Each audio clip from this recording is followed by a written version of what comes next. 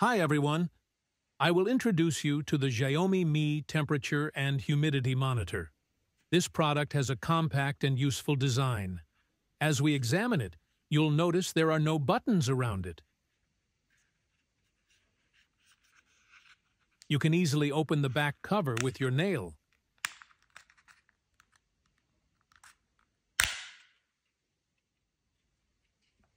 The device operates with a single battery. You can use CR2032 batteries for replacement.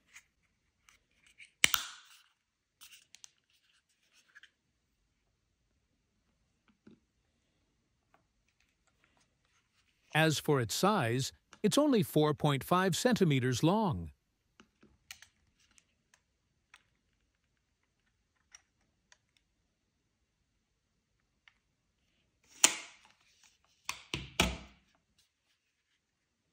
The screen displays a temperature indicator, emoji that changes according to humidity, and a humidity indicator. One of the biggest features of this product is its ability to connect to your phone via a mobile app.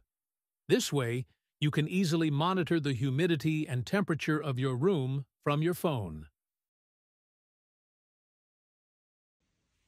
Don't forget to subscribe to my channel for videos.